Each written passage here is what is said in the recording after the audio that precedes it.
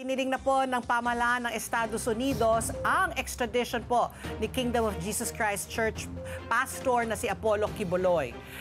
Kinumpirma ito ni Philippine Ambassador to the US, si Jose Manuel Babe Romualdez, at nagpadala na umano ang US government ng extradition request sa Department of Justice.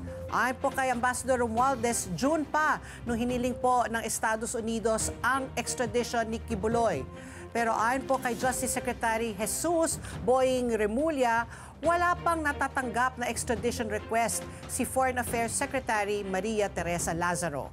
Hindi pa rin umano maaring ma-extradite si Quiboloy habang mayroon pa siyang kasong kriminal na nakabinbin sa mga korte ng Pilipinas. Ipinaliwanag po ni Justice Assistant Secretary Mico Clavano na sa pangkalahatan, hindi maaring ma-extradite ang isang tao mula sa Pilipinas kung meron pa itong kasong dinidinig sa lokal na korte dahil sa inuuna ang jurisdiksyon ng bansa.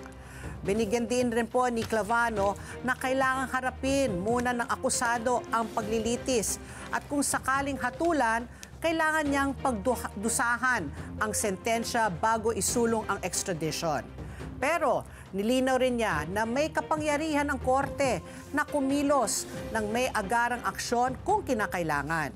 Si Quiboloy ang nagtatag ng Kingdom of Jesus Christ na nakabase po sa Pilipinas at wanted din po siya sa Amerika dahil sa umano'y pagkakasangkot sa labor trafficking scheme na nagdadala ng mga miyembro ng simbahan sa Estados Unidos gamit po ang peking visa. Batay po sa ulat ng Federal Bureau of Investigation ng FBI, pinilit umanong magpakasal o kumuha ng mga peking student visa ang mga miyembrong ito.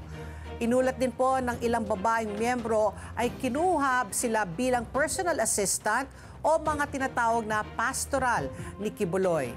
Ang kanilang tungkulin ay maghanda ng kanyang pagkain, maglinis ng bahay, magmasahe sa kanya, at umano'y magsagawa ng mga sexual act tuwing tinatawag sila para sa kanilang night duty.